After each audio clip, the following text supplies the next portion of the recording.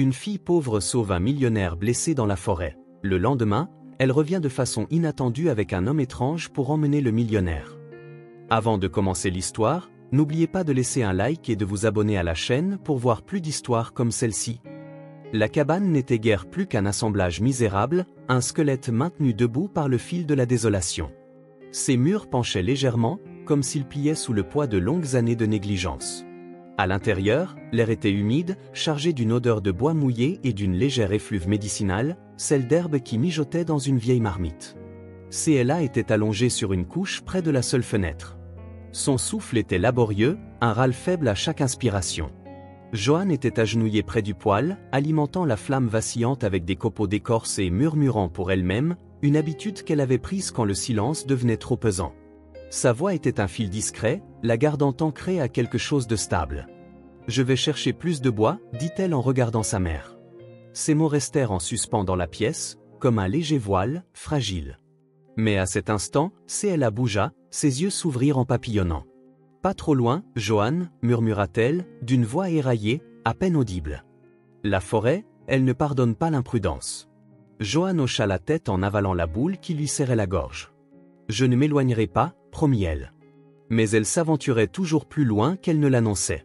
Elle y était forcée. Le tas de bois près de la cabane était presque épuisé et la forêt, si belle qu'elle fût, ne livrait rien facilement.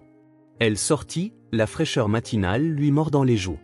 La forêt de Fontainebleau s'étendait autour d'elle, ses arbres denses se balançant doucement dans la brise. Le sentier devant elle était inégal, jonché de racines et de feuilles humides. Joanne avançait avec prudence, ses petits pas à peine perceptibles sur le tapis forestier, ses bottes usées laissaient de légères empreintes dans la boue. Elle s'arrêtait tous les quelques pas pour écouter. Ce n'étaient pas seulement des promeneurs ou des gardes forestiers qu'elle redoutait. La forêt avait ses propres règles, ses propres dangers. Elle serrait contre elle le petit couteau attaché à sa ceinture, un héritage de son père, disparu depuis longtemps, et murmura une prière discrète, même si elle ne savait pas à qui elle s'adressait. Son regard se portait sur chaque mouvement furtif, à l'affût de la moindre présence, qu'il s'agisse de promeneurs, pire encore, de gardes. Elle connaissait la forêt suffisamment pour en parcourir les sentiers sans être vue, mais sa peur la rendait vigilante. Une seule erreur pouvait signifier d'être découverte, si on la trouvait, cela conduirait à leur expulsion. Plus elle s'enfonçait, plus l'obscurité gagnait. Les arbres, plus denses, filtraient la pâle clarté du jour. Joanne examinait le sol à la recherche de branches tombées, se baissant parfois pour ramasser un morceau prometteur. Ses mains étaient égratignées, gelées, mais elle avançait toujours. Un bruit déchira soudain le silence, un son sec, guttural, qui la paralysa. Son souffle se bloqua tandis qu'elle agrippait la branche qu'elle venait de ramasser, comme un bouclier. Le cri retentit de nouveau, plus fort, plus désespéré. C'était un râle, rauque et primitif, suivi du bruit caractéristique de quelque chose de gros qui se déplaçait dans les fourrés. Son cœur s'affola tandis qu'elle s'accroupissait, les doigts tremblant légèrement sur l'écorce rugueuse de la branche. Elle attendit, l'oreille tendue, mais la forêt retomba dans le silence. Le son provenait de sa gauche, juste au-delà d'un fourré dense. Elle savait qu'elle devrait faire demi-tour, mais la curiosité et une force inconnue la poussèrent à avancer. Les lianes épineuses formaient un enchevêtrement serré, et Joanne se servit de son couteau pour se frayer un étroit passage. Ici, l'air était plus lourd, et une odeur métallique flottait légèrement. Elle retint son souffle en progressant, chaque pas mesuré, prudent. Lorsqu'elle émergea enfin du fourré, le spectacle la fit sursauter. Un homme gisait au pied d'un arbre, affaissé contre les racines. Son corps s'était affaibli dans une posture maladroite, et du sang imbibait le devant de sa chemise déchirée, formant une mare au sol. Son visage était pâle, maculé de terre et de sueur, ses yeux entr'ouverts, vitreux, sans réel point fixe. Joanne se figea, l'esprit en ébullition. Ce n'était ni un promeneur, ni un garde qu'elle avait l'habitude d'éviter. Ses vêtements, malgré le sang, étaient trop raffinés. Un pantalon sombre, une chemise ajustée, et une montre en or qui reflétait légèrement la lumière à son poignet. Elle s'approcha, sa petite silhouette presque invisible dans l'ombre des arbres. Son instinct lui hurlait de fuir, de le laisser là, mais le souffle faible de l'homme la retint, suspendant son geste. Les lèvres de l'inconnu bougèrent faiblement, sans produire de son. Sa poitrine se soulevait et s'abaissait de façon irrégulière, chaque respiration étant un défi. Joanne s'accroupit, le couteau solidement tenu dans une main, l'autre flottant près de son épaule. « Qui êtes-vous » chuchota-t-elle, sans vraiment attendre de réponse. La forêt, si habituellement bruissante, semblait maintenant retenir son souffle. Les yeux de l'homme tressaillirent à peine, croisant fugacement ceux de Johann. « Aidez-moi » souffla-t-il, d'une voix si ténue qu'on l'aurait cru arrachée au vent. Johann recula, son pouls battant à ses tempes. Elle ignorait tout de lui, mais elle savait déjà ce qu'elle devait faire. La peur l'envahissait, la crainte de ce que son aide pourrait engendrer, de ce que cet inconnu pouvait cacher. La forêt autour d'elle paraissait se refermer, l'observant comme pour jauger sa décision. Johann avala difficilement, serrant le couteau à s'en faire blanchir les jointures. Elle resta ainsi, figée, tiraillée entre l'appel de sa conscience et le poids de sa peur. Puis, dans un souffle tremblant, elle murmura « Attendez-moi ici ». L'homme ne réagit pas, sa tête basculant mollement sur le côté.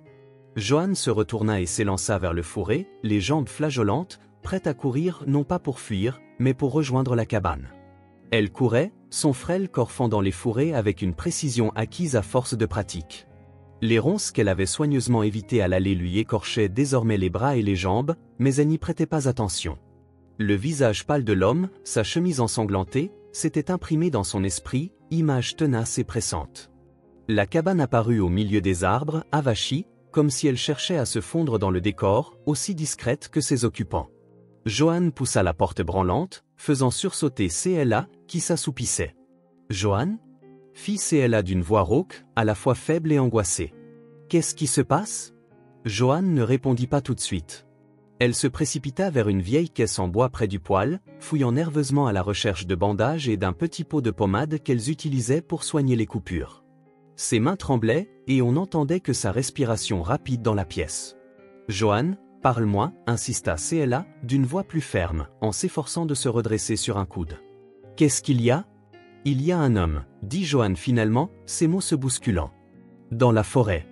Il est grièvement blessé, je crois qu'il a été attaqué. » CLA se figea, ses traits se crispant. « Un homme ?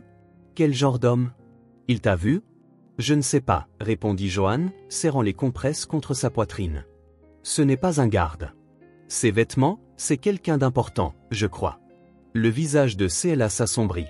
« Et tu l'as laissé là ? » « Je devais revenir pour prendre ça, » dit Johann, sa voix s'élevant un peu en montrant les fournitures. « Je ne pouvais pas simplement le laisser, pas dans cet état. » CLA ne dit rien pendant quelques instants, ses lèvres formant une fine ligne alors qu'elle jetait un coup d'œil vers la porte ouverte, comme si elle s'attendait à voir l'homme apparaître. Finalement, elle soupira, se laissant retomber sur sa couche. « Fais attention, Johann, » murmura-t-elle. « Et ne ramène pas d'ennui. » Johann marqua une brève hésitation, sentant le poids des paroles de sa mère. Mais il n'y avait pas de temps à perdre. Elle ressortit en courant, serrant contre elle tout ce dont elle aurait besoin. Quand Johann retrouva la petite clairière, l'homme était toujours affalé contre l'arbre, la tête penchée à un angle inquiétant. Elle craignit un instant qu'elle soit arrivée trop tard, mais sa poitrine se soulevait faiblement, dans un souffle difficile. Elle ressentit à la fois du soulagement et de la peur. S'agenouillant à côté de lui, elle posa les fournitures au sol et lui toucha doucement l'épaule. Ses yeux s'ouvrirent en vacillant, troubles. « Vous m'entendez » demanda Johann, d'une voix posée malgré l'angoisse qui lui nouait le ventre. Les lèvres de l'homme remuèrent, mais aucun son n'en sortit. Johann ne l'attendit pas pour agir. Elle déchira une bande de tissu, la trempa d'eau depuis sa gourde, puis commença à nettoyer le sang coagulé sur sa poitrine.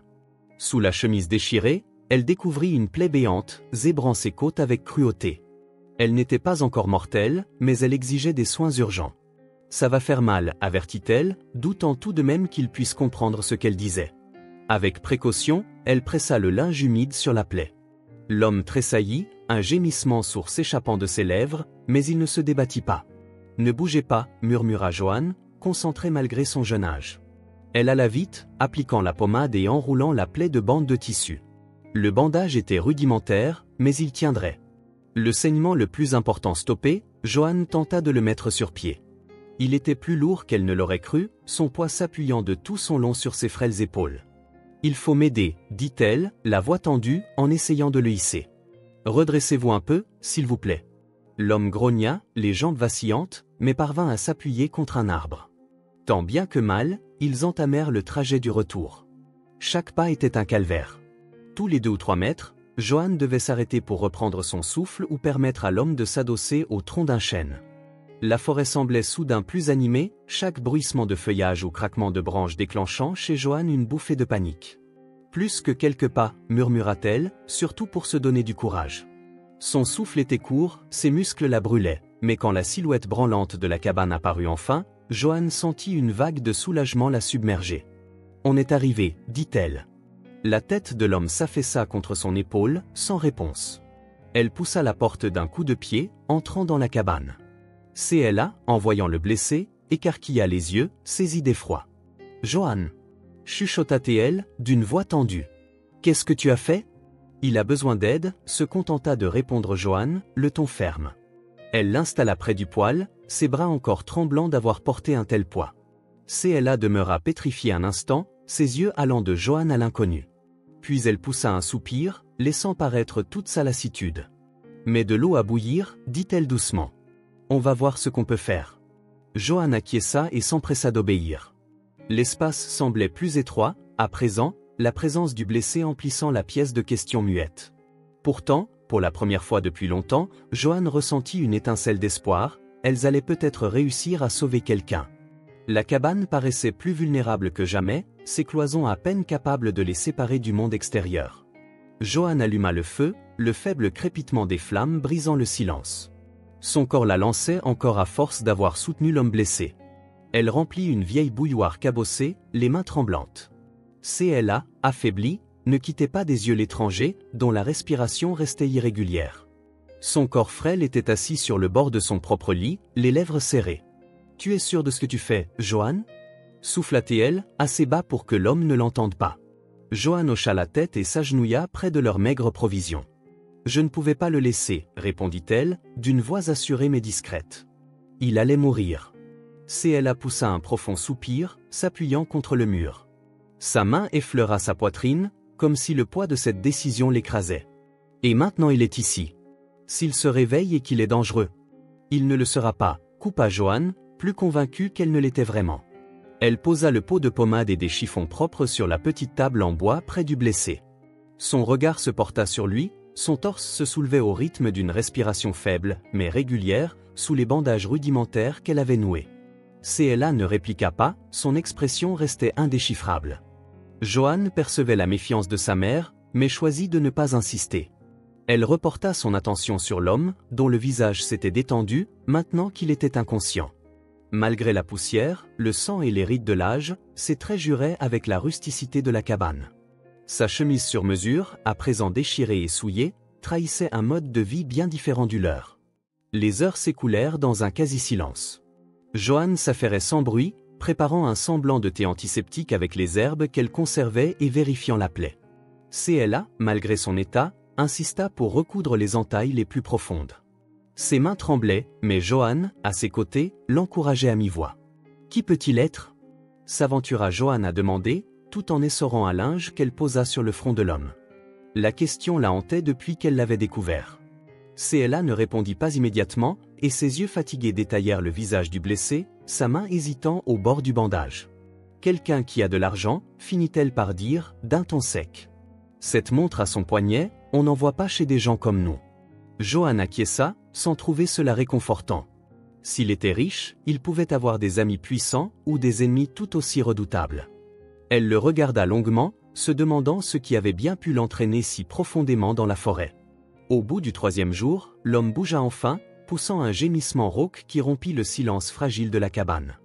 Joanne s'approcha, posant la main sur son bras. « Vous êtes en sécurité, dit-elle, d'une voix calme malgré la tension qui lui tordait l'estomac. Vous êtes chez nous. » L'homme cligna des yeux, encore perdu. Il voulut se redresser, mais aussitôt, une grimace de douleur barra son visage. « Oh !» Sa voix se brisa, à peine plus qu'un souffle. « Dans la forêt de Fontainebleau, expliqua Joanne. On vous a trouvé dans les bois. Vous étiez blessé. » Il prit quelques respirations courtes et rencontra enfin le regard de Joanne. On aurait dit qu'il cherchait à reconstituer un puzzle intérieur, à comprendre comment il était arrivé là. Gérald. Gérald Jones, dit-il, d'une voix lente et forcée. Joanne hocha la tête, jetant un coup d'œil vers CLA, qui l'observait depuis son lit. Moi, c'est Joanne, et voici ma mère, CLA. Le regard de Gérald dériva vers CLA, ses sourcils se fronçant légèrement, mais il ne dit rien de plus. Déjà, ses paupières retombaient sous le coup de l'épuisement qui le rattrapait. Lorsqu'il se réveilla la fois suivante, sa voix était plus distincte, et il s'exprima avec reconnaissance pour les soins reçus. Sa gratitude se mua toutefois rapidement en inquiétude. « Je dois y retourner », lança-t-il un soir, alors que Johan posait un bol de bouillon à côté de lui. « Ma famille va me chercher. » Il tenta de se redresser, les traits crispés par la douleur. « Ils peuvent vous aider », poursuivit-il, ses yeux fixant Johan. « J'ai juste besoin de les prévenir. Ma femme, elle enverra quelqu'un. »« Comment ?» rétorqua Céla, la voix dure. « On ne peut pas arriver en ville en criant qu'on a caché un inconnu blessé. Tu sais ce que ça nous attirerait comme ennui ?» Le regard de Gérald se radoucit, même si l'urgence ne quittait pas sa voix. « J'ai une adresse, fit-il, tâtonnant la poche de sa veste. Si vous la portez là-bas, je vous jure qu'ils vous aideront, vous deux. » Johan agrippa le bord de la table, le cœur battant à tout rompre. Elle voulait croire en lui, mais la crainte d'être découverte la paralysait. Son regard chercha celui de Céla, attendant son verdict. Céla laissa échapper un long soupir, ses doigts se crispant sur ses genoux. « Johan, commença-t-elle, sa voix lourde de sous-entendu.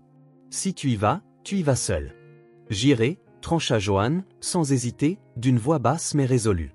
Elle regarda Gérald, le regard plein de détermination. « Donnez-moi l'adresse. » Il acquiesça faiblement, sa gratitude lisible dans le léger sourire qui effleura ses lèvres. Johan, quant à elle, sentit à nouveau cette lueur d'espoir l'envahir, aussi brillante que dangereuse. Le ciel était gris, annonciateur de pluie, quand Johan quitta le couvert des arbres en serrant contre elle le morceau de papier où Gérald avait griffonné une adresse d'une écriture tremblante. Ce petit bout de papier lui semblait lourd, comme s'il contenait le destin de son propre univers. Elle jeta un dernier regard vers la forêt, ce cocon familier d'ombre qui l'appelait presque à faire demi-tour. Mais elle n'avait plus le choix. Ses premiers pas sur la route goudronnée furent hésitants, ses vieilles bottes glissaient sur la surface lisse. Le chemin menant à Paris s'étirait devant elle, signant vers un monde qu'elle ne connaissait qu'à travers des récits lointains. Les immeubles imposants qui se profilaient au loin lui serraient la poitrine, mélange d'admiration et d'angoisse. Les voitures vrombissaient, pressées, les klaxons résonnaient dans un vacarme discordant, et les passants la frôlaient sans même la remarquer. Johan se faisait toute petite, la tête baissée, les doigts crispés sur la note de Gérald à s'en faire mal. Le moindre son lui paraissait assourdissant, chaque visage inconnu. Elle s'arrêta à un carrefour animé, le cœur battant, tentant de déchiffrer le balai confus des feux de signalisation. Tout le monde semblait savoir où il allait, marchant d'un pas rapide et décidé. Johan avait l'impression d'être avalée par la foule, mais elle persévérait. Ses pieds la faisaient souffrir lorsque, enfin, elle parvint au quartier décrit par Gérald, un coin cossu à l'ouest de la capitale. Le tumulte s'apaisait peu à peu, remplacé par une forme de calme feutré. Ici, les demeures étaient de véritables domaines, avec des portails massifs, des jardins impeccables. Le contraste avec la forêt sauvage où elle vivait lui sauta au visage, la laissant presque étourdie. Elle ralentit devant la plus imposante d'entre elles, une façade grandiose, dressée comme une forteresse. Le portail était orné de motifs complexes, dissuadant n'importe quel intrus. Johan appuya sur la sonnette, retenant son souffle avant de presser le bouton. Une voix sèche et légèrement agacée retentit à l'interphone. « Oui ? C'est pourquoi ?» Johan s'approcha, la gorge nouée. « Je dois parler à Stéphanie Jones. » « C'est au sujet de ?» Gérald. Un long silence s'ensuivit, pesant, puis le portail s'ouvrit dans un déclic. Johan se glissa à l'intérieur, le cœur battant la chamade tandis qu'elle remontait l'allée. L'air y était figé, chargé d'une sorte de solennité qui la jugeait du regard. La porte s'ouvrit avant même qu'elle ne frappe, dévoilant une femme à l'allure aussi rigide que le décor. Grande, des traits anguleux, une blouse impeccablement repassée qui soulignait la dureté de son expression. D'un regard bref, elle détailla Johan, de sa veste élimée à ses bottes boueuses, sans cacher son dédain. « Qui êtes-vous » lança-t-elle, la voix froide, chaque mot empreint de méfiance. « Je m'appelle Johan » répondit la jeune fille, d'une voix presque étouffée. « Gérald, il est blessé. Je l'ai aidé. Il m'a envoyé vous chercher. » Le regard de Stéphanie se durcit encore, ses bras se croisant sur sa poitrine. « Où est mon mari, exactement ?» Dans la forêt, lâcha Johan précipitamment. « Il a été attaqué. Ma mère et moi, on s'est occupé de lui. Mais il a besoin d'aide, il a dit que tu pouvais. » Le rire de Stéphanie la coupa net et sans humour. « Alors, laisse-moi être clair, tu t'attends à ce que je croie que Gérald est étendu, blessé, au milieu de nulle part, et que, par un hasard incroyable, tu l'aies trouvé? Ses yeux se plissèrent. Qu'est-ce que tu veux, petite? De l'argent? Les joues de Joanne s'empourprèrent, ses mains tremblaient. Je ne veux rien, dit-elle fermement, même si sa voix tremblait légèrement. Il m'a donné ceci, ajouta-t-elle en tendant la carte, ses doigts hésitants à la lâcher. Stéphanie la lui arracha, scrutant l'écriture. Un éclair de doute, de peur ou peut-être de reconnaissance traversa brièvement son visage, puis disparut aussi vite qu'il était apparu. Elle se tourna vers Joanne, l'expression indéchiffrable. « Si tu mens, dit-elle lentement, tu le regretteras. » La mâchoire de Joanne se serra, sa détermination se renforçant. « Je ne... » Stéphanie la regarda encore un instant avant de soupirer brusquement, « Attends ici. » Elle disparut dans la maison, laissant Joanne debout, maladroitement, sur le porche immaculé. Lorsqu'elle revint, un homme en costume sombre la suivait. « Voici Malcolm, » dit Stéphanie en désignant le chauffeur stoïque. « HK te ramènera là où tu prétends que Gérald se trouve, si tu dis la vérité, » déclara-t-elle. Sa voix s'adoucit pour la première fois, bien qu'elle conservât une pointe de doute. « Nous verrons. » Joanne hocha la tête, serrant sa veste, tandis qu'elle suivait Malcolm vers une élégante voiture noire garée près de la maison. Elle monta à bord et s'installa sur des sièges en cuir souple qui lui semblaient étrangers et inadaptés. Le trajet de retour vers la forêt fut silencieux, la tension pesant lourdement dans l'air. Joanne regardait par la fenêtre, les arbres familiers se rapprochant à chaque kilomètre. Son cœur battait la chamade en pensant à Gérald, à la cabane de CLA qui l'attendait anxieusement. Elle jeta un coup d'œil à Malcolm, assis rigidement au volant, les yeux fixés sur la route. « Il est vraiment là, » murmura-t-elle doucement, comme pour se rassurer autant que lui. « Nous verrons, » répliqua Malcolm, reprenant les mots de Stéphanie. La voiture élégante avançait à petits pas sur le chemin de terre inégal, son extérieur poli complètement déplacé face aux racines enchevêtrées et aux branches qui surplombaient la forêt. Joanne restait rigide sur la banquette arrière, ses doigts agrippant ses genoux. Le visage impassible de Malcolm se reflétait dans le rétroviseur, son silence aussi pesant que la tension qui lui serrait les côtes. Chaque secousse, chaque bosse de la voiture lui semblait poser la question. « Et s'il ne me croyait pas ?» Lorsque la cabane apparut, le souffle brusque de Malcolm fut le seul son dans la lumière du jour. La petite construction paraissait encore plus fragile, ses murs raccommodés se penchant tel un être fatigué s'accrochant à sa survie. Malcolm arrêta la voiture et en sortit, lissant son costume impeccable alors qu'il examinait la scène avec un mélange de scepticisme et de dégoût. Joanne ne l'attendit pas. Elle se glissa hors de la voiture et se hâta vers la porte, ses bottes crissant sur le sol de la forêt. La senteur familière du bois humide et de la fumée l'accueillit comme de vieux amis. En poussant la porte, elle trouva CLA assise près du lit de camp où reposait Gérald, son visage fatigué se crispant en remarquant la présence de Malcolm derrière elle. « Qu'est-ce que c'est que ça ?» murmura CLA d'une voix basse, teintée de suspicion, ses yeux passant rapidement de Joanne à l'homme en costume qui se tenait dans l'embrasure de la porte. « Ils sont là pour aider, » dit rapidement Joanne en s'approchant de sa mère. Stéphanie, l'épouse de Gérald, l'a envoyé pour vérifier si c'est vrai. L'expression de CLA s'assombrit. Et si, au final, il décidait que nous ne valons pas la peine de s'embêter, qu'adviendrait-il de nous alors? Joanne s'agenouilla auprès de sa mère, baissant la voix, « On ne peut pas le garder ici, maman, il a besoin d'un médecin. » Puis, hésitante, elle ajouta, « Ils ont dit qu'ils nous aideraient aussi. » Le regard de CLA resta fixé sur le visage de Joanne, sa détermination vacillant, la peur gravée dans chaque trait de son visage, la peur d'être exposée, la peur de perdre ce peu qu'elles avaient. Mais Gérald remua sur le lit de camp, et son gémissement rompit l'impasse. « CLA, » racla-t-il d'une voix faible mais assez ferme pour percer la tension. « Tu as raison. Je dois retourner, venir en ville. Je te garantis que tu seras en sécurité et dans de meilleures conditions. » CLA le regarda longuement, puis revint son attention sur Joanne. Enfin, avec un profond soupir de réticence, elle hocha la tête. « Très bien, » murmura-t-elle, « mais je ne quitterai pas cette cabane tant que je n'aurai pas la certitude qu'elle est en sécurité. » Malcolm travailla rapidement, ses gestes efficaces mais cliniques, tandis qu'il évaluait l'état de Gérald. Avec l'aide de Joanne, ils parvinrent à le hisser dans la voiture. Gérald grimaça à chaque mouvement, mais sa gratitude transparaissait à travers de petits sourires fugitifs adressés à Joanne. CLA hésita à la porte, ses mains agrippant le cadre comme si la cabane elle-même l'ancrât à cet endroit, murmurant pour elle-même. « Joanne attrapa la main de sa mère d'un geste ferme. « Ce n'est plus sûr ici, dit-elle doucement, nous allons nous en sortir, maman. Ils nous aideront. » Après un long moment, CLA hocha la tête. Elle rassembla les quelques affaires qu'elle pouvait emporter, un vieux châle, une pochette d'herbe, une tasse en étain cabossée, et suivit Joanne jusque dans la clairière. Malcolm attendait, tenant la porte de la voiture ouverte, son expression indéchiffrable, alors que celle-ci entamait le lent voyage de retour vers les collines de l'Ouest. Le contraste entre leur monde et celui de Gérald devenait douloureusement apparent. La cabane disparaissait derrière elle, engloutie par les ombres de la forêt, tandis que les routes lisses de la ville s'étendaient devant elle. CLA restait raide sur son siège, serrant la main de Joanne comme si c'était la seule chose solide dans un monde en perpétuel changement. Le trajet semblait interminable, le silence épais de peurs inavouées. Gérald oscillait entre conscience et inconscience, ses respirations superficielles emplissant l'habitacle. Joanne regardait la ville se rapprocher par la fenêtre, les immeubles s'élevant tels des montagnes de béton. Pour la première fois, elle voyait les collines de l'Ouest avec les yeux de Gérald, ses pelouses impeccables, l'éclat d'une richesse à la fois éblouissante et étouffante.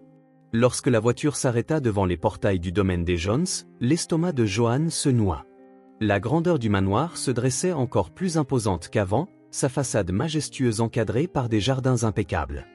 Malcolm sortit et ouvrit la porte pour CLA, qui hésita un instant avant de lui permettre de l'aider. Stéphanie attendait à l'entrée, ses traits aiguisés, impénétrables, tandis que son regard se posait sur la silhouette affaissée de Gérald. Les bras croisés, la posture rigide, elle demanda d'un ton sec, mais teinté d'une pointe de peur, « Est-il vivant ?» « Il ira bien, » répondit Malcolm, « mais il a besoin de soins appropriés. » Les yeux de Stéphanie se tournèrent vers Joanne et CLA, son regard perçant les scrutant, puis, d'une voix soigneusement neutre, elle demanda, « Ce sont eux qui font qu'il est encore en vie. » Malcolm s'écarta simplement pour laisser Joanne et CLA suivre Gérald à l'intérieur de la maison. Stéphanie ne dit rien, son regard se posant un instant de plus sur Joanne, avant de se retourner brusquement et de disparaître dans la maison, les lourdes portes se refermant derrière elle. Joanne jeta un dernier regard vers la voiture. La forêt semblait s'être envolée, ses ombres remplacées par du marbre étincelant et du bois poli. Sa poitrine se serra en repensant à la cabane, à la vie qu'elles avaient laissée derrière elles. Elle ignorait si ce nouveau monde renfermerait les réponses dont elles avaient besoin ou s'il les engloutirait tout entières. Mais, en voyant CLA serrer encore sa tasse en étain comme si c'était une bouée de sauvetage, elle redressa les épaules. L'espoir, si fragile soit-il, valait la peine d'être gardé. L'intérieur du manoir resplendissait d'une froide perfection ancienne. Des sols en marbre poli s'étendaient sous des plafonds vertigineux ornés de lustres élaborés, chaque surface scintillant, reflétant un univers immaculé et inflexible. Les bottes de Joanne grinçaient sur le sol tandis qu'elle avançait hésitante, ses yeux oscillant entre les miroirs dorés et les murs garnis de tableaux lourds et ornés.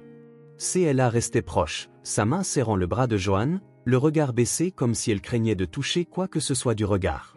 Les talons de Stéphanie claquaient sur le sol alors qu'elle marchait d'un pas décidé, la posture rigide d'agacement. Elle les conduisit dans un salon dont le mobilier, trop immaculé, ne paraissait guère confortable. L'atmosphère était saturée de silence, jusqu'à ce qu'elle se retourne brusquement, les bras croisés sur sa poitrine. « Gérald, » dit-elle d'un ton empreint d'exaspération, « qu'est-ce qui t'a pris de les amener ici exactement ?» Gérald, installé prudemment dans un fauteuil en velours avec l'aide de Malcolm, grimaça en ajustant son côté blessé. Son visage était pâle, mais sa voix restait ferme.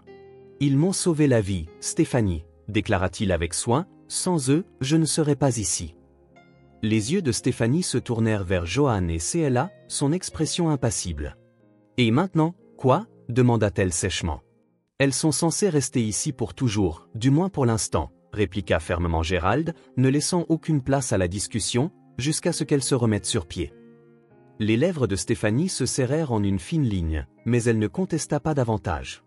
Elle se tourna alors vers Joanne, son regard perçant, « Il y a des règles dans cette maison. Tu resteras dans les chambres d'amis et tu ne te mêleras de rien. Compris ?» Joanne hocha rapidement la tête, la voix étranglée. CLA resserra sa prise sur son bras. « Bien, » dit-elle brièvement, puis, se tournant vers Gérald, « Tu as besoin de repos, et je vais m'assurer que tu en aies, et quant à elle ?» Sa voix s'éteignit alors qu'elle faisait signe à Malcolm, « Montre-les dans les chambres d'amis. » Les chambres d'amis étaient plus modestes que les vastes pièces que Joanne avait vues en arrivant, mais elles étaient d'un genre qu'elle n'avait jamais connu. Le lit était doux, parée de draps blancs impeccables et d'une couette dégageant une légère odeur de lavande. Une petite lampe diffusait une lumière chaleureuse, bien que les murs fussent nus. Johan s'assit au bord du lit, les mains posées sur ses genoux, le regard fixé au sol. CLA se tenait près de la fenêtre, observant les haies soigneusement taillées et les fontaines en contrebas. « Nous ne sommes pas à notre place ici », murmura-t-elle, à peine audible. Johan releva les yeux. « Nous resterons à l'écart », dit-elle d'un ton ferme, malgré l'inquiétude qui nouait son estomac. « Ce n'est que pour le moment. » Le lendemain, Johan s'aventura prudemment dans la cuisine, espérant trouver quelque chose de modeste à rapporter à CLA. Le personnel s'affairait autour d'elle, ses gestes précis et efficaces. Elle resta près de l'embrasure de la porte jusqu'à ce qu'une vieille femme au visage aimable lui tende un morceau de pain et un petit verre de lait. Johan adressa un discret merci et rapporta les provisions dans la chambre d'amis, veillant à ne faire tomber aucune goutte. Plus tard, Stéphanie la surprit en train de dépoussiérer un coin du salon avec un chiffon trouvé sous l'évier. « Que fais-tu » lança Stéphanie d'une voix brusque, faisant sursauter Johan. « Je voulais juste aider » balbutia Johan en serrant le chiffon. Les yeux de Stéphanie se plissèrent. « Nous avons du personnel pour cela. Si tu veux être utile, reste dans l'ombre. » Johan essaya de suivre ses conseils, mais la tension ne faisait qu'augmenter. Un après-midi, alors qu'elle était assise à la table de la salle à manger, sirotant prudemment son thé, elle attrapa accidentellement la mauvaise cuillère. Ce n'était pas n'importe quelle cuillère, c'était l'une des précieuses pièces en argent de Stéphanie, réservée à l'exposition plutôt qu'à l'usage. La voix de Stéphanie perça soudain le silence. « Qu'est-ce que tu crois faire » Johan se figea, la cuillère toujours serrée dans sa main. « Je ne savais pas » balbutia-t-elle, les joues rougissant d'un cramoisi éclat. Stéphanie lui arracha la cuillère des mains, l'inspectant comme si elle avait été irrémédiablement endommagée. Avec un dédain calculé, elle se dirigea vers la poubelle et y jeta l'ustensile, le bruit du métal heurtant le fond résonna tel un blâme. « Maintenant, c'est foutu », dit-elle d'une voix glaciale, tournant le dos à Johan sans un mot de plus. Johan fixa la poubelle, le cœur battant, l'humiliation brûlant dans sa poitrine, mais elle l'avala, ses mains se refermant en poing à ses côtés. Cette nuit-là, Johan s'assit au bord de son lit, contemplant ses mains. « Je voulais juste aider », murmura-t-elle doucement, à peine audible dans le silence de la pièce. De l'autre côté, CLA, allongée sur l'autre lit, tourna la tête vers elle. « Tu n'as rien à lui prouver, dit-elle doucement, baisse la tête et nous nous en sortirons. » Johan hocha la tête, mais le nœud dans sa poitrine ne se desserra pas. Le manoir, avec toute sa grandeur, ressemblait moins à un refuge qu'à une cage dorée. Pourtant, elle se répéta, depuis la forêt, je la protégerai, quoi qu'il arrive. La maison retomba dans un silence lourd, mais sous la surface, des tensions bouillonnaient comme une tempête prête à éclater. Cette nuit-là, le manoir était étrangement calme. Gérald n'était pas revenu de son travail, et la demeure semblait peser de son absence. Johan resta éveillé, fixant le plafond de la chambre d'amis, l'esprit agité. De l'autre côté, CLA dormait de façon tourmentée, sa respiration peu profonde et irrégulière. Alors que Johan commençait à sombrer dans le sommeil, un bruit brusque la fit sursauter. Un fracas étouffé, suivi de pas précipités, résonnait. Elle se figea, tendant l'oreille. Les bruits s'intensifiaient, mêlant bruissement, cliquetis de métal et un faible bourdonnement de voix. Quelque chose n'allait pas. Se glissant hors du lit aussi silencieusement que possible, Johan se dirigea vers la porte. « Reste ici », murmura-t-elle en jetant un regard vers CLA. Sa mère ne bougea pas. Le couloir était plongé dans l'obscurité, la faible lueur de la lune filtrait à travers les grandes fenêtres, projetant d'étranges ombres le long des murs. Johan s'avança furtivement vers la source du bruit, le cœur battant. En approchant du salon, elle aperçut un mouvement, un frisson d'ombre sur le mur du fond. Se penchant pour jeter un coup d'œil, elle distingua 3 hommes vêtus de sombre qui fouillaient armoires et tiroirs avec des gestes rapides et délibérés. L'un d'eux portait un pied de biche, qu'il utilisait pour forcer un coffre verrouillé. Les 2 autres se concentraient sur une vitrine en verre remplie de bijoux, leurs mains gantées sélectionnant minutieusement quelques pièces qu'ils fourraient dans un sac. Le souffle court, Johan envisagea un instant de retourner en courant à la chambre d'amis, de verrouiller la porte et d'attendre que les intrus partent. Mais elle se rappela que Stéphanie devait probablement dormir à l'étage, inconsciente du danger. Le pouls de Johan s'accéléra alors qu'elle pesait ses options. Elle ne pouvait pas simplement se cacher, pas quand quelqu'un risquait de se blesser. Rassemblant son courage, elle saisit un lourd chandelier posé sur une table proche. Le métal froid, ferme dans ses mains, apaisa un peu ses doigts tremblants. Se glissant dans la pièce, sa petite silhouette se fondant dans l'ombre, elle cria, la voix tremblante. Mais suffisamment fort pour alerter les hommes, ils se tournèrent d'un seul mouvement, leurs visages dissimulés par des masques noirs. Pendant un bref instant, un silence lourd et tranchant s'installa, puis l'un d'eux s'avança, sa voix basse et menaçante. « Qu'est-ce que tu fais ici, gamine ?» Joanne serra le bougeoir plus fort, ses jointures blanchissant. « Tu dois partir, dit-elle, la voix tremblante mais ferme. » L'homme éclata alors d'un rire cruel qui fit frissonner son échine, et il ajouta. « Et qu'est-ce que tu vas faire, nous arrêter ?» Sans réfléchir, Joanne se jeta sur l'homme le plus proche, balançant le bougeoir de toutes ses forces. Il heurta son bras, le faisant lâcher le sac de bijoux qu'il tenait. Il jura bruyamment, se tenant le coude, et se tourna contre elle, la fureur dans les yeux. Le deuxième homme l'agrippa par le bras, sa prise aussi dure que du fer. Joanne se débattit, donnant des coups de pied et se tordant, mais il était trop fort.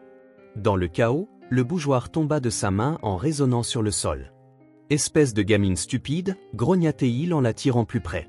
Joanne mordit sa main aussi fort qu'elle le put, et il poussa un cri, lâchant prise juste assez longtemps pour qu'elle recule en titubant. Mais alors qu'elle se retournait pour fuir, le troisième homme balança son pied de biche, accrochant son bras. Une douleur fulgurante explosa dans tout son corps alors qu'elle s'effondrait au sol, serrant son bras ensanglanté. À l'étage, Stéphanie se réveilla à cause de la commotion, enfila une robe et se précipita en bas, le cœur battant. Lorsqu'elle arriva dans le salon, la scène qui s'offrait à elle la figea. Joanne gisait par terre, le sang tachant la manche de sa chemise de nuit. Les cambrioleurs se tenaient au-dessus d'elle, mais leur attention se porta sur Stéphanie à son entrée. « Qui es-tu » aboya l'un d'eux, mais Stéphanie ne répondit pas, son regard fixé sur Joanne qui tentait, en vain, de se redresser. Quelque chose en elle se brisa. Des souvenirs inondèrent son esprit. Sa fille, son petit corps étendu, immobile après l'accident, le sang se répandant autour d'elle. L'image de Joanne, désormais blessée et vulnérable, était insupportable. Des larmes embuèrent sa vision alors qu'elle se précipitait, s'agenouillant aux côtés de Joanne. « Laissez-la tranquille !» cria Stéphanie, sa voix rugissant de panique et de fureur. Elle prit la tête de Joanne dans ses bras, ses mains tremblantes essayant d'arrêter l'hémorragie. « Prenez ce que vous voulez, mes bijoux sont dans le tiroir du haut, mais laissez-nous en paix. » Les cambrioleurs hésitèrent, surpris par la férocité soudaine de son ton. Avant qu'ils ne puissent réagir, le vacarme des sirènes emplit l'air, l'une des femmes de ménage avait appelé la police, et les gyrophares rouges et bleus à l'extérieur mirent les intrus en émoi. Ils se précipitèrent par la porte arrière, juste au moment où les premiers policiers faisaient irruption dans la maison. Le chaos se dissipa rapidement. Les cambrioleurs furent appréhendés avant de pouvoir s'échapper loin, et la police sécurisa le manoir. Les ambulanciers arrivèrent pour soigner la blessure de Joanne, lui enveloppant le bras de bandages propres. Ce n'était pas aussi grave qu'il n'y paraissait, mais la perte de sang l'avait rendu pâle et faible. Stéphanie resta à ses côtés, sa maîtrise habituelle brisée. Elle serra la main de Joanne fermement, des larmes coulant librement. « Je suis tellement désolée, murmura-t-elle encore et encore, la voix chargée de culpabilité et de chagrin, « je suis tellement désolée. » Joanne leva les yeux vers elle, confuse par la soudaineté de la chaleur dans le toucher de Stéphanie. « Ça va, murmura-t-elle d'une voix faible, tu es en sécurité. » Mais Stéphanie secoua la tête, le poids de ses regrets passés l'écrasant pour la première fois, les murs qu'elle avait érigés autour d'elle se fissurèrent, révélant la douleur qu'elle avait longtemps portée. À l'étage, la porte verrouillée restait close, ses secrets toujours cachés. Mais dans le salon, quelque chose de fragile et de nouveau commença à germer, un lien forgé dans le sang et la vulnérabilité, au contour tranchant mais porteur d'espoir. Joanne cligna des yeux face à l'éclat fluorescent des lumières de l'hôpital, son esprit embrumé et son bras pulsant sous des couches de bandages frais. Le bip régulier des machines et le murmure doux des voix emplissaient l'air stérile. Elle bougea légèrement, tournant la tête vers la silhouette affaissée dans un fauteuil à côté de son lit. Stéphanie était là, son élégante silhouette repliée dans une position étrangement maladroite, ses cheveux tombant en mèches ébouriffées autour de son visage, des cernes assombrissant ses yeux, marqués par des heures de pleurs. Dans ses mains, elle serrait la petite main intacte de Joanne comme si c'était une bouée de sauvetage. Joanne la regarda, confuse, ce n'était pas la femme froide et acérée qu'elle avait connue. Stéphanie leva les yeux, et pendant un instant leurs regards se croisèrent. Joanne vit dans le regard de Stéphanie quelque chose qu'elle n'avait jamais remarqué auparavant, vulnérabilité, sincérité et une désarmante humanité. Je suis désolé, murmura Stéphanie pour ce qui semblait être la 100e fois, sa voix se brisant, j'aurais dû. Elle se retint, secouant la tête, tu n'aurais pas dû les affronter seule. Johan ouvrit la bouche pour répondre, mais sa gorge se fit sèche. À la place, elle serra faiblement la main de Stéphanie. Ce geste sembla encore ébranler Stéphanie, qui pressa son front contre leurs mains jointes, les larmes coulant librement. La porte grinça, et Gérald entra dans la pièce, son costume en désordre, le visage pâle et tiré en découvrant la scène devant lui. Il resta figé, son regard oscillant entre la silhouette pâle de Johan sur le lit et sa femme, Stéphanie, qui s'effondrait visiblement à côté d'elle. « Stéphanie » dit-il doucement, sa voix mêlant choc et inquiétude. Elle releva la tête, s'essuyant le visage précipitamment comme si elle avait honte d'être ainsi prise. « Gérald » murmura-t-elle d'une voix enrouée. Il s'approcha du lit, ses mouvements hésitants, ses yeux se posant sur Johan dont l'expression s'adoucit. « Comment te sens-tu, Johan » demanda-t-il doucement, fatigué. Johan murmura, la voix à peine audible. Gérald hocha la tête, la mâchoire se contractant en jetant un regard à son bras bandé. « Tu es très courageuse, dit-il, ce que tu as fait, tu nous as sauvés. » Johan esquissa un faible sourire, bien que ses yeux se fermassent par l'épuisement. Stéphanie regarda Gérald, pour la première fois depuis des années, il n'y avait plus de froideur dans son regard. « Tu m'as sauvé, admit-elle, la voix tremblante, et je l'ai traité si horriblement. » Elle poussa un souffle hésitant. « Gérald, je » balbutia-t-elle, les mots s'en mêlant dans sa gorge, « je ne mérite pas son pardon. » Gérald étendit la main, posant une main sur l'épaule de Stéphanie. « Il ne s'agit pas de mériter, dit-il doucement, il s'agit de réparer les choses. » Au cours des jours suivants, la force de Johan commença à revenir, bien que ses mouvements restassent lents et mesurés. Stéphanie ne quitta presque jamais son côté, prenant soin d'elle avec une détermination silencieuse qui surprit tout le monde, y compris elle-même. Elle peignait les cheveux de Johan, ajustait ses oreillers et apportait les moindres petits conforts dont la jeune fille avait besoin sans qu'on le lui demande. Sa culpabilité se reflétait dans chacun de ses gestes, mais ses soins étaient sincères. Johan remarqua le changement. Les angles vifs de Stéphanie s'étaient adoucis, sa voix plus douce, ses paroles moins acerbes. Ce n'était pas une transformation complète. Stéphanie gardait encore sa rigidité, son contrôle, mais quelque chose de plus profond avait changé. Johan discernait des traces de chaleur et d'humanité, et elle commença à baisser sa garde. Un après-midi, alors que Stéphanie remettait en forme les oreillers derrière Johan, celle-ci tendit la main et lui toucha la sienne. « Merci » dit-elle doucement. Stéphanie se figea, ses yeux s'écarquillant légèrement. « Tu me remercies » demanda-t-elle, la voix empreinte d'incrédulité. Johan hocha la tête. « Tu as été gentille » dit-elle simplement, « et je ne t'en veux pas. » Le souffle de Stéphanie se coupa et elle s'affaissa dans le fauteuil à côté du lit de Johan, la main couvrant sa bouche. De nouveau, des larmes montèrent à ses yeux, mais cette fois, elle portait une lueur de soulagement. Pendant ce temps, la santé de CLA continuait de décliner, malgré les soins qu'elle recevait dans le manoir et de la part du personnel hospitalier. Sa fragilité s'accentuait, elle se faisait plus silencieuse, ses mouvements plus lents et sa toux plus fréquente. Gérald remarqua cela et suggéra doucement des traitements supplémentaires, mais CLA le repoussa d'un sourire fatigué. « Ne t'inquiète pas pour moi, dit-elle un soir, d'une voix faible mais assurée, j'ai trouvé la paix. » Johan surprit la conversation depuis l'embrasure de la porte, le ventre noué, et s'approcha du chevet de sa mère, s'agenouillant à côté d'elle. « Tu iras mieux, dit-elle, la voix teintée de désespoir, tu dois. » CLA caressa le visage de Johan d'une main frêle, son toucher chaud malgré sa peau fraîche. « Ma douce, murmura-t-elle, les yeux brillants, tu as toujours été si forte, mais il est temps de lâcher prise. » Johan secoua la tête, des larmes coulant sur ses joues. Stéphanie, debout en silence dans un coin, observa la scène se dérouler, le cœur lourd. Pour la première fois, elle vit la profondeur de l'amour de Johan pour sa mère, la dévotion féroce et inébranlable qu'il avait portée à travers chaque épreuve. Cela éveilla en Stéphanie quelque chose de profond, un désir de protéger le peu de temps qui leur restait. L'hôpital libéra Johan après sa guérison et elle retourna au manoir, mais la maison semblait désormais différente. La tension qui avait jadis étouffé ses couloirs s'était apaisée, remplacée par une trêve tacite. Stéphanie restait Stéphanie, franche et exigeante, mais sa manière de traiter Johan et CLA avait changé.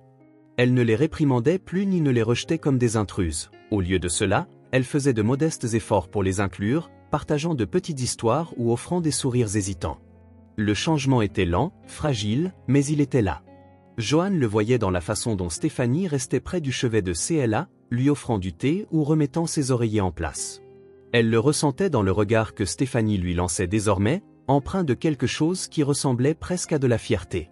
Pour la première fois depuis qu'elle avait franchi le seuil du manoir, Johan ressentit une lueur d'appartenance. Ce n'était pas parfait, mais c'était suffisant, et alors qu'elle était assise aux côtés de sa mère, tenant fermement sa main, elle murmura la même promesse qu'elle avait toujours faite. « Je la protégerai quoi qu'il arrive, cette fois, même si je sais que je ne suis plus seule. » 2 ans passèrent, comme les pages d'un livre se tournant lentement, chaque chapitre marqué par une résilience discrète et des instants fugitifs de joie. Le manoir, autrefois froid et imposant, était devenu un lieu où la chaleur pouvait parfois se faire sentir, mais même dans sa grandeur, l'inévitabilité du temps pesait lourdement. Johan était assise au chevet de CLA, sa main enroulée autour des doigts frêles de sa mère. La pièce était faiblement éclairée, la douce lueur d'une lampe de chevet projetant des ombres le long des murs. La respiration de CLA était superficielle, sa poitrine se soulevant et s'abaissant avec un effort laborieux. Elle semblait plus petite que jamais, ses traits délicats et marqués par le temps, mais il y avait une sérénité dans son expression qui atténuait une partie de la peur de Johan. Johan chuchota à CLA, la voix à peine audible. Johan se pencha plus près, le cœur douloureux en entendant les mots de sa mère.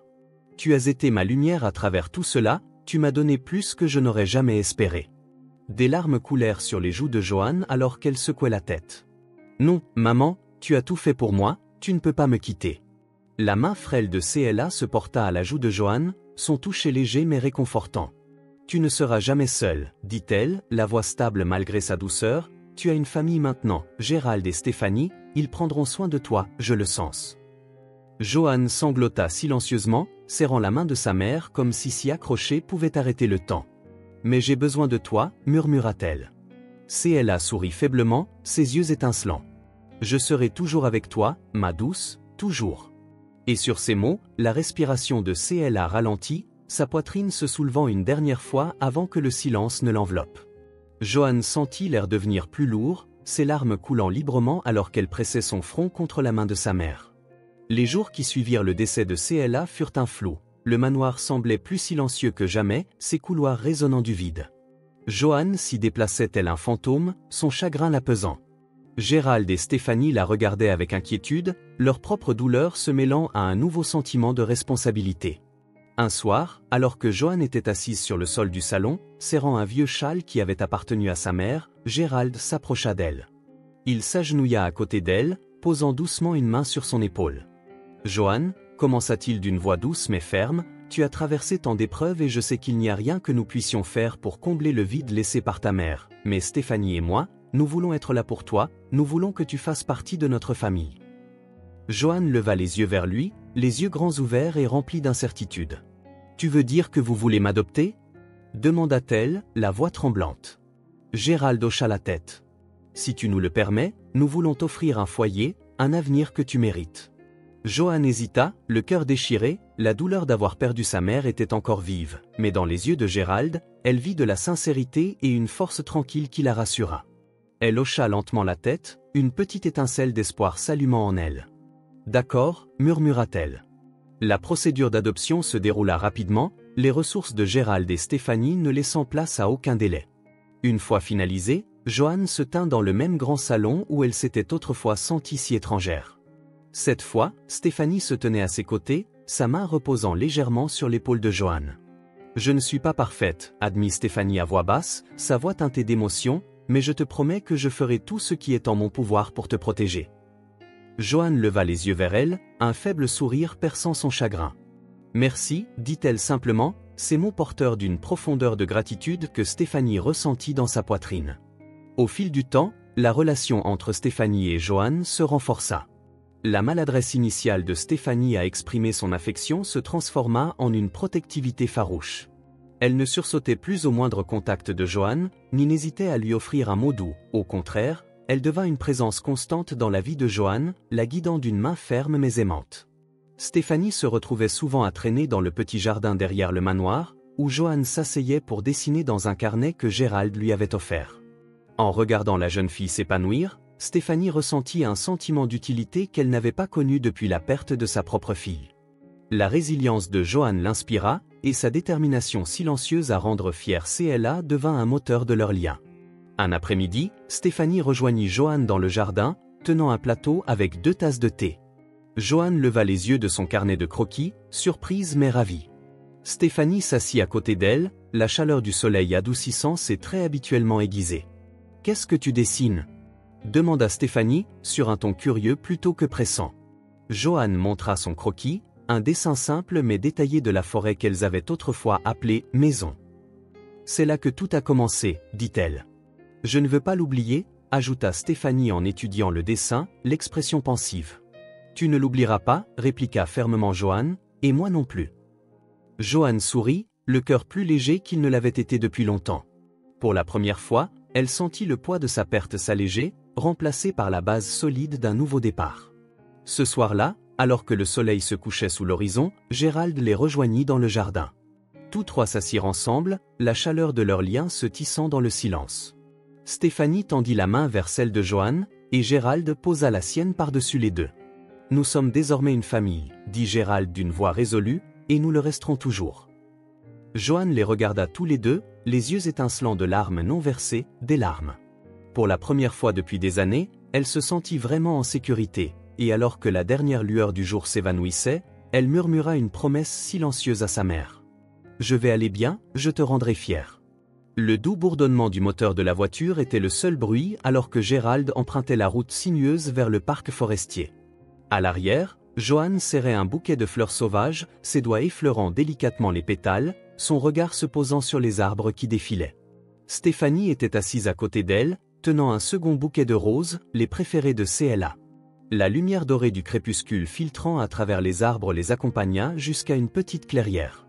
La forêt vibrait du bruissement doux des feuilles et des appels lointains des oiseaux, et pourtant, elle semblait paisible, presque sacrée.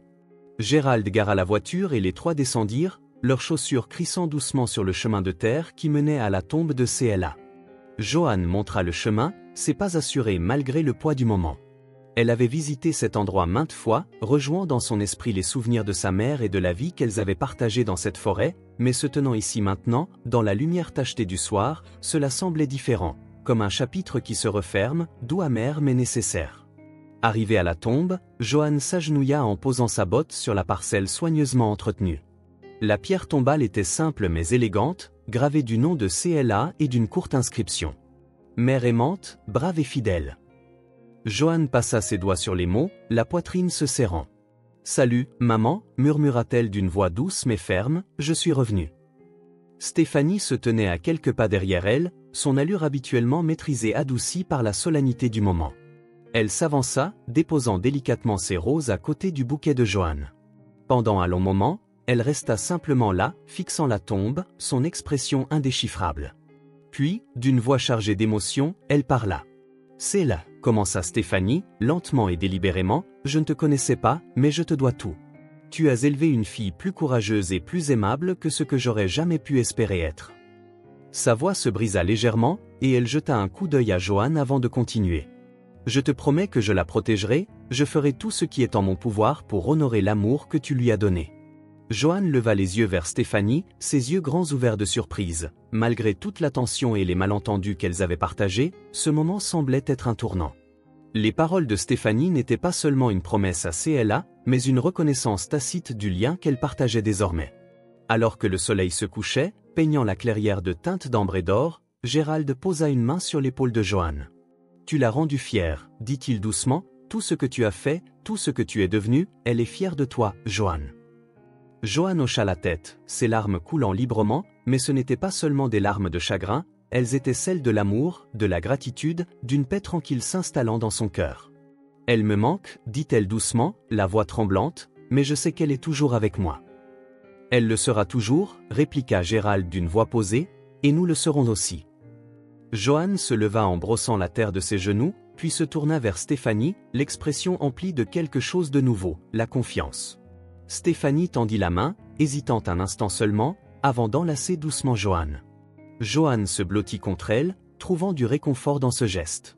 Les 3 restèrent là encore un moment, la forêt autour d'eux brillant dans la lumière déclinante, c'était comme si les arbres eux-mêmes étaient témoins de ce moment d'unité, leurs branches se balançant doucement en signe d'approbation.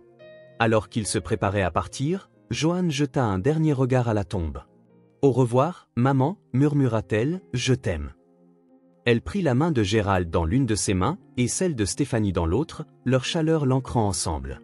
Ils retournèrent à travers la forêt, leurs pas mesurés et leur cœur un peu plus léger. Le chemin devant eux était inconnu, mais pour la première fois depuis longtemps, Joanne se sentait prête. Elle portait l'amour de CLA en elle, mais elle ne le portait plus seule. Gérald et Stéphanie étaient à ses côtés, leur promesse à elle et à CLA se tissant à chaque pas qu'ils faisaient.